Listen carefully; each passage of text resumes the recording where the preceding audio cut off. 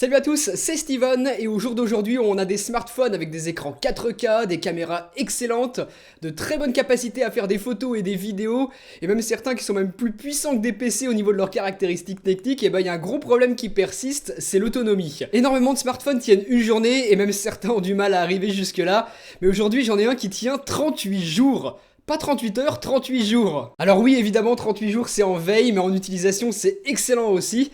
Et ce smartphone, c'est le Zenfone Max d'Asus, un smartphone qui coûte un tout petit peu plus de 200 €. Le smartphone est doté d'un écran IPS de 5,5 pouces avec une résolution HD à 267 pixels par pouce, protégé par du Gorilla Glass 4. Pas de Full HD ici donc, mais ce sera suffisant dans la majorité des cas. Les couleurs sont belles, très fidèles je trouve, et c'est une bonne surprise pour un smartphone dans cette gamme de prix. La réactivité de l'écran tactile est bonne également, même si évidemment elle n'est pas au niveau des smartphones très haut de gamme. Comme l'écran est grand, on retrouve une fonction que j'ai toujours bien aimée, la possibilité de double taper sur l'écran pour l'éteindre ou l'allumer. Très pratique.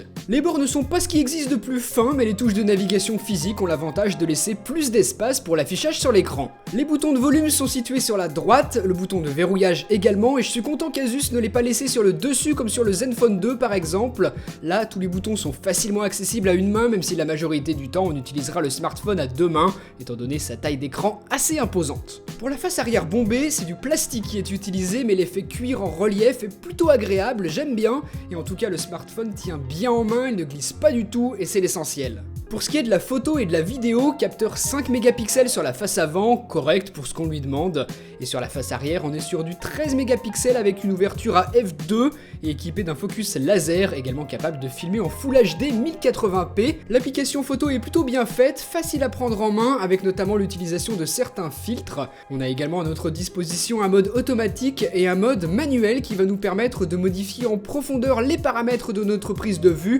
la balance des blancs, les ISO, vous aurez accès à tout ce que vous voulez ici et c'est très pratique. Enfin, la vitesse de focus n'est pas très rapide mais ça va.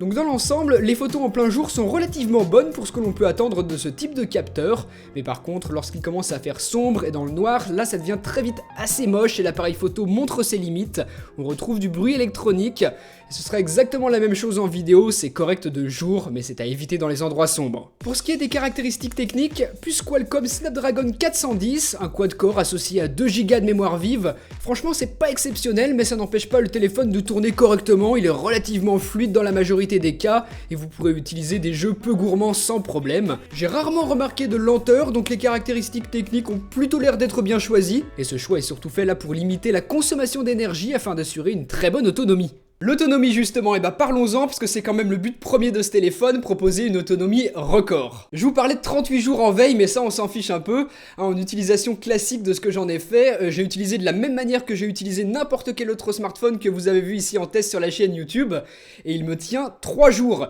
et 3 jours en le laissant en veille la nuit sans jamais l'éteindre. Donc c'est énorme et la grosse batterie de 5000 mAh fait très bien son boulot et c'est juste parfait si c'est ce que vous recherchez sur un smartphone.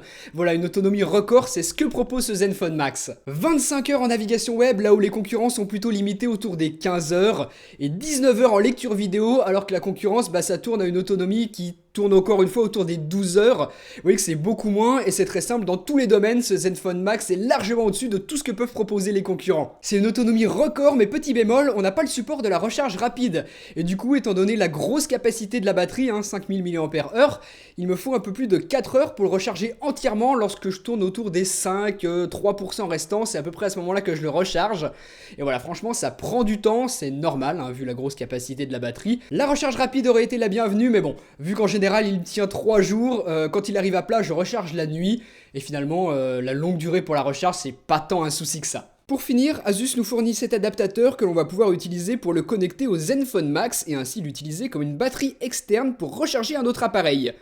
C'est bien pensé et c'est super pratique si vous avez une tablette ou vous voyagez à deux par exemple. Donc au final ce smartphone, on va pas se mentir, il est un peu lourd étant donné sa grosse capacité de batterie, il fallait bien stocker ça quelque part.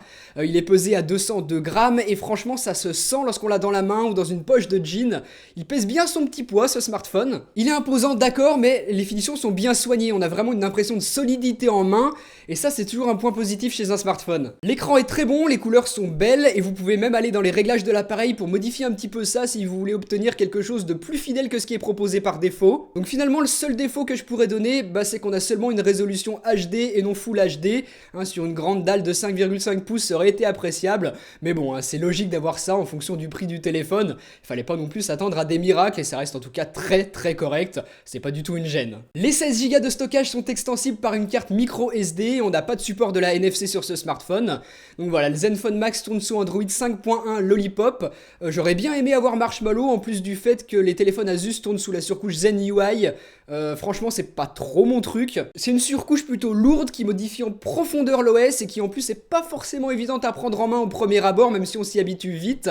Et voilà, en plus de ça, comme d'habitude avec Asus, on retrouve plein d'applications préinstallées. On peut pas les supprimer, elles sont simplement désactivables et ça prend énormément de place sur le smartphone. Je vous conseille vraiment une carte SD puisque sur les 16 Go, vous en avez réellement que 10 exploitables. La qualité des haut-parleurs, j'en touche un mot rapidement. Elle est plutôt bonne, mais par contre, le son n'est pas très fort. Voilà, c'est un peu dommage, mais bon, voilà, globalement, dans l'ensemble, ça représente bien le téléphone. Les caractéristiques techniques sont honnêtes, mais pas excellentes. Et voilà, c'est pour ça aussi qu'on n'a pas un prix énorme. Il coûte un peu plus de 200 €.